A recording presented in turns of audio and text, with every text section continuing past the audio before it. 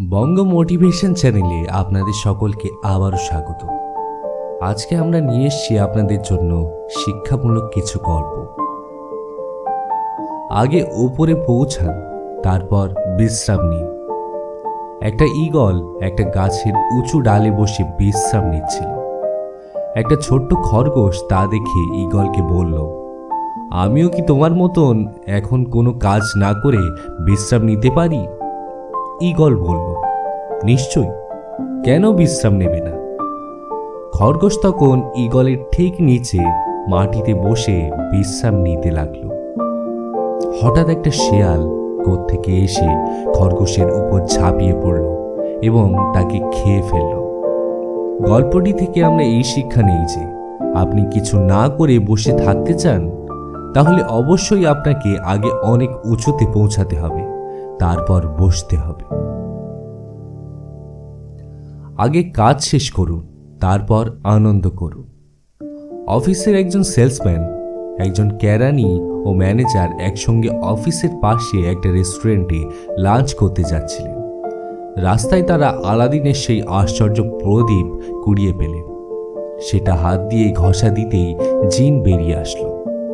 জিন বলল, আমি প্রত্যেককে একটা করে বর দিতে চাই, তাড়াতাড়ি বলে ফেলুন কে কি বর চান। সেলসম্যান বলল, কাজ করতে আর ভালো লাগছে না, আমি একটু মালদ্বীপে বেড়াতে যেতে চাই। কেরানি বলল, সত্যি, কাজ করে করে বিরক্ত হয়ে পড়েছি, আমি আমার পরিবার সহ এক্ষুনি হাওয়াই দ্বীপে সমুদ্রের ঠান্ডা হাওয়া খেতে চাই। জিন তথাস্তু বলার সাথে সাথেই দুজন অদৃশ্য হয়ে গেল। এবার জিন ম্যানেজারকে বলল, বলুন আপনি কি বর চান? একটু ভেবে নিয়ে ম্যানেজার বললেন, অফিসে এখনো অনেক কাজ শেষ করতে বাকি আছে, আমি লাঞ্চের পর ওই দুজনকে অফিসে দেখতে চাই। গল্পটি থেকে আমরা এই শিক্ষা পাই যে আগে যে কাজের দায়িত্ব নিয়েছেন তা শেষ করুন, তারপর আনন্দ করুন। মৃত্যুর আগে পর্যন্ত চেষ্টা চালিয়ে যাও। দুটো ব্যাঙ একটা দুধের পাত্রে পড়ে গেল। তারা সেই পাত্র থেকে বের হবার প্রাণপণ চেষ্টা করল, কিন্তু কিছুতেই উঠতে পারল না। একটা ব্যাঙ আশা ছেড়ে দিল। সে বলল, বন্ধু, সবই চেষ্টা বৃথা, এখন কোনো লাভ নেই, পাত্রের গভীরতা অনেক বেশি, শক্ত কোনো কিছুও এখানে নেই যে তার উপর ভর দিয়ে লাফ দেব। আমরা কতক্ষণ আর সাঁতার কেটে ভেসে থাকতে পারব? আমাদের মৃত্যু অনিবার্য। বিদায় বন্ধু। এই বলে সে সাঁতার কাটা বন্ধ করে দিল এবং দুধের মধ্যে ডুবে মারা গেল। অপর ব্যাঙটা ভাবল, না, আমি সাঁতার কাটা থামাবো না, যতক্ষণ না আমার সমস্ত শক্তি ক্ষয় হয়ে যাচ্ছে ততক্ষণ আমি সাঁতার কাটা চালিয়ে যাব। এই ভেবে সে সাঁতার কেটে চলল। তার এই সাঁতার কাটার ফলে দুধ মন্থন হতে থাকলো। আস্তে আস্তে সমস্ত দুধ মাখনে পরিণত হল। ব্যাঙটা তার পায়ের নিচে শক্ত মাখন পেয়ে তার উপর ভর দিয়ে লাফ মেরে পাত্রের বাইরে বেরিয়ে এলো। তার জীবন রক্ষা পেল। এই গল্প থেকে আমরা এই শিক্ষা পাই যে যতক্ষণ না লক্ষ্যে পৌঁছাচ্ছেন ততক্ষণ চেষ্টা চালিয়ে যান, জয় আপনার হবেই। খুব কষ্ট পাচ্ছেন? ভয় নেই, ঈশ্বর দেখছেন। এক ভদ্রমহিলার ইচ্ছা হলো রূপোকে কিভাবে বিশুদ্ধ বানানো হয় তা দেখার। তিনি এক স্বর্ণকারের কাছে গেলেন।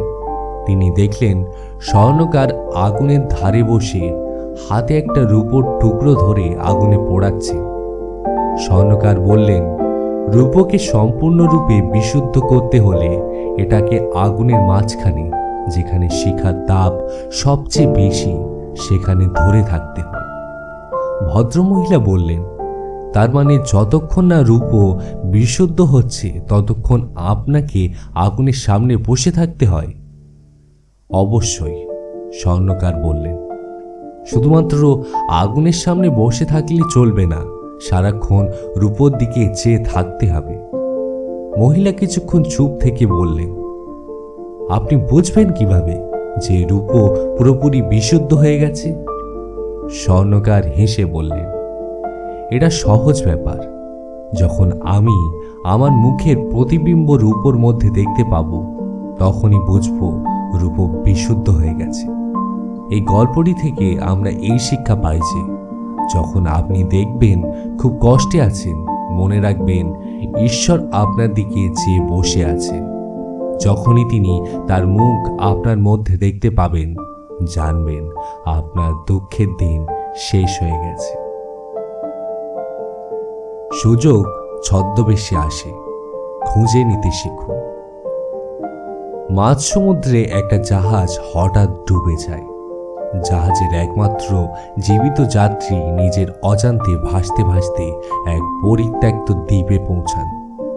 তিনি বারবার ভগবানকে ডাকতে থাকেন, হে ভগবান, আমাকে উদ্ধার করো। তিনি প্রতিদিন সমুদ্রের কাছে গিয়ে অপেক্ষা করেন যদি কোনো জাহাজ এসে তাকে উদ্ধার করে। বহুদিন অপেক্ষা করার পর তিনি উদ্ধার পাওয়ার আশা ছেড়ে দিল। তিনি বন থেকে কাঠ সংগ্রহ করে নিজের জন্য একটা ছোট্ট ঘর তৈরি করল এবং সেখানেই থাকতে শুরু করল।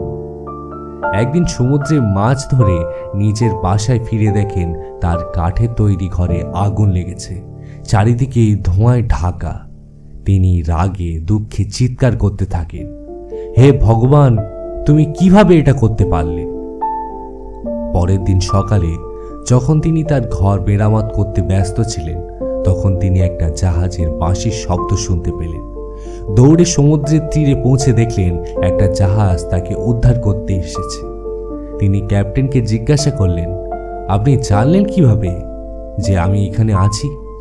ক্যাপ্টেন বললেন, কাল সন্ধ্যায় আমরা আপনার দেওয়া ধোঁয়া সিগন্যাল দেখে জানতে পারি যে আপনি এখানে আটকে পড়েছেন। এই গল্পটি থেকে আমরা যে শিক্ষা পেলাম, কখনোই ভুললে চলবে না যে ভগবানের আশীর্বাদ আমাদের সবার উপরেই আছে, কিন্তু সে আশীর্বাদ ছদ্মবেশে আসে, সেটা আমাদের চিনে নিতে হবে। কৃত্রিম নয়, প্রকৃত ভালোবাসতে শিখুন। এক ব্যক্তি 200 মাইল দূরে থাকা তার মাকে তার মায়ের জন্মদিনে ফুল পাঠাবার জন্য একটি ফুলের দোকানের সামনে তার গাড়ি দাঁড় করালেন। গাড়ি থেকে নেমে তিনি দেখলেন একটা বাচ্চা মেয়ে দোকানের বাইরে দাঁড়িয়ে ফুফিয়ে ফুফিয়ে কাঁদছে। তিনি তাকে জিজ্ঞাসা করলেন, তুমি কাঁদছো কেন? মেয়েটি উত্তরে বলল, আমি আমার মায়ের জন্য একটা লাল গোলাপ কিনতে চাই, কিন্তু আমার কাছে মাত্র 10 টাকা আছে, যেখানে গোলাপের দাম 20 টাকা। লোকটি হাসলেন, বললেন, এসো আমার সাথে, আমি ফুল কিনে দিচ্ছি। তিনি মেয়েটিকে একটা লাল গোলাপ কিনে দিলেন এবং তার মায়ের জন্য ফুল পাঠানোর অর্ডার দিলেন। তিনি মেয়েটিকে বললেন, চলো আমি তোমাকে তোমার মায়ের কাছে পৌঁছে দিই। মেয়েটি খুব খুশি হলো এবং রাজি হয়ে গেল। সে গাড়িতে চাপলো এবং রাস্তা দেখিয়ে নিয়ে চলল। একটা কবরখানার পাশে সে গাড়ি দাঁড় করাতে বলল। তারপর গাড়ি থেকে নেমে দৌড়ে গিয়ে সদ্য মাটি দেওয়া একটা কবরের উপর লাল গোলাপটা রেখে প্রণাম করল। লোকটি 2 চোখ জলে ভিজে গেল। তিনি গাড়ি ঘুরিয়ে ফুলের দোকানে এলেন। ফুল পাঠানোর অর্ডার বাতিল করলেন, কিছু তাজা ফুলের গোছা কিনলেন এবং 200 মাইল দূরে মায়ের কাছে যাওয়ার জন্য গাড়িটা স্টার্ট দিলেন। এই গল্পটি থেকে আমরা এই শিক্ষা পাই যে আপনার প্রিয় ব্যক্তিকে কৃত্রিম ভালোবাসা জানাবেন না, ঠিক সময়ে তাদের ভালোবাসা ও শ্রদ্ধা নিবেদন করুন, নয়তোবা অনেক দেরি হয়ে যাবে। স্বার্থপর নয়, স্বার্থ শূন্য হন। এক ডিজাইনার বেশ কয়েক বাক্স জামা কলকাতা স্টেশন থেকে বোম্বাই পাঠাচ্ছিলেন। ট্রেনে তোলার সময় 2টি বাক্স অসাবধানবশত প্ল্যাটফর্মে পড়ে যায়। পরের দিন ডিজাইনার কলকাতা স্টেশনে স্টেশন মাস্টারের কাছে হারিয়ে যাওয়া বাক্সের মিসিং কমপ্লেন করতে আসেন। অফিসে ঢোকার আগে তিনি দেখেন একজন ভিখারি একটা নীল রঙের নতুন জামা পরে ভিক্ষা করছে। তার চিনতে অসুবিধা হলো না যে এটা তার হাতে ডিজাইন করা হারিয়ে যাওয়া জামা। তিনি সঙ্গে সঙ্গে ভিখারিকে ধরে জিজ্ঞাসা করলেন, এই জামা তুমি কোথায় পেলে? ভিখারি উত্তর দিল, কাল প্ল্যাটফর্মে আমি এক বাক্স জামা কুড়িয়ে পাই, এটা তারই একটা। বাকি জামা কোথায়? ভিখারি বলল, সেসব কটা জামা আমি আমার অন্যান্য ভিখারি বন্ধুদের দিয়ে দিয়েছি। ডিজাইনার লক্ষ্য করলেন স্টেশনে যত ভিখারি ছিল সবাই তার ডিজাইন করা জামা পরে ভিক্ষা করছে। ঠিক সেই সময় তিনি এক যুবককে তার তৈরি জামা পরে আসতে দেখলেন। তিনি তাকে জিজ্ঞাসা করলেন, এ জামা তুমি কোথায় পেলে? যুবক বলল, কাল আমার বাবা আমাকে এইরকম সুন্দর 10টা জামা উপহার দিয়েছে, এটা তারই একটা। ডিজাইনার জিজ্ঞাসা করলেন, তোমার বাবাকে? যুবক উত্তর দিল, এই স্টেশনের স্টেশন মাস্টার হলো আমার বাবা। এই গল্পটি থেকে আমরা এই শিক্ষা পাই যে লোভ জন্ম দেয় স্বার্থপরতার, আর নিঃস্বার্থতা ভাগ করে নেওয়ার শিক্ষা দেয়। হৃদয়ে দূরত্ব বাড়াবেন না। এক শিক্ষক তার ছাত্রদের জিজ্ঞাসা করলেন, রেগে গেলে আমরা চিৎকার করি কেন? ছাত্ররা বলল, কারণ আমরা তখন আমাদের শান্ত ভাব ধরে রাখতে পারি না। শিক্ষক বললেন, বুঝলাম, কিন্তু আমরা চিৎকার করি কেন? যদিও বা দেখি দুজন খুব কাছাকাছি দাঁড়িয়ে আছে। ছাত্ররা উত্তর দিতে পারল না। শিক্ষক বললেন, যখন দুজন ব্যক্তি একে অপরের উপর রেগে যান তখন তাদের হৃদয়ের দূরত্ব বৃদ্ধি পায়। সেই দূরত্ব কভার করার জন্য তাদের চিৎকার করতে হয়। যত বেশি রাগ হয় তত বেশি দূরত্ব তৈরি হয়, তত জোরে চিৎকার করতে হয়। এরপর শিক্ষক আবার বললেন, কি হয় যখন দুজন একে অপরকে ভালোবাসতে শুরু করে? তারা চিৎকার করে না, ফিসফিস করে কথা বলে, কারণ তাদের হৃদয় খুব কাছাকাছি থাকে। এই গল্পটি থেকে আমরা এই শিক্ষা পাই যে যখন তর্ক করবে তখন কখনোই তোমার হৃদয়কে দূরত্ব তৈরি করতে দিও না। তা না হলে এমন একদিন আসবে যখন এত বেশি দূরত্ব তৈরি হবে যে ফিরে আসতে পারবে না। সৃষ্টিকর্তাকে ডাকুন, আপনার বিপদের সময় নয়, আপনার সুখের সময়। এক জাহাজের ক্যাপ্টেন চাকরি করে অবসর গ্রহণের পর একটা ছোট্ট বোট কিনে তাতে করে যাত্রীদের একটি নিকটবর্তী দ্বীপে বেড়াতে নিয়ে যাওয়ার ব্যবসা শুরু করলেন। একদিন তার বোটটি কিছু যুবক ভাড়া নিল। যাত্রা শুরু করার আগে ক্যাপ্টেন ঈশ্বরের উদ্দেশ্যে প্রার্থনায় বসলেন। যুবকরা হাসাহাসি করতে লাগলো, কারণ দিনটি ছিল সুন্দর আর সমুদ্র ছিল শান্ত। বোটটি চলতে শুরু করলো। হঠাৎ মাঝ রাস্তায় প্রবল ঝড় বৃষ্টি শুরু হলো। বোটটি অসম্ভব দুলতে শুরু করলো। ভিড় যাত্রীরা ক্যাপ্টেনের কাছে এসে বলল, আসুন আমাদের সাথে, আমরা একসঙ্গে ঈশ্বরের প্রার্থনা করি। ক্যাপ্টেন উত্তরে বললেন, যখন সমুদ্র শান্ত ছিল তখন আমি প্রার্থনা করেছি। এখন আমার কাজ হলো বোটটি যাতে না ডোবে তার বন্দোবস্ত করা। এই গল্প থেকে আমরা এই শিক্ষা পেলাম যে আমরা যদি আমাদের সুখের দিনে সৃষ্টিকর্তাকে না ডাকি তবে হয়তো বিপদের দিনে তাকে আমরা কাছে পাব না। রাগ পুষে রাখবেন না, ক্ষমা করতে শিখুন। একদিন এক গুরু তার এক ছাত্রকে একটা খালি বস্তা আর এক বাক্স আলু দিয়ে বলল, তুমি কিছু লোকের নাম মনে করো যারা তোমার সঙ্গে খারাপ ব্যবহার করেছে। বিশেষ করে তাদের নাম মনে করো যাদের তুমি কখনোই ক্ষমা করতে পারবে না। বাক্স থেকে আলু বের করো, একটা করে আলুতে এক একজনের নাম খোদাই করো আর বস্তার মধ্যে রাখো। এবার বস্তাটা পিঠে চাপিয়ে এক সপ্তাহ ঘুরে বেড়াও। এক সপ্তাহ পর আমার কাছে এসো। ছাত্রগুরুর কথা মতোই তাই করল। প্রথম দিকে তার কিছু মনে হলো না।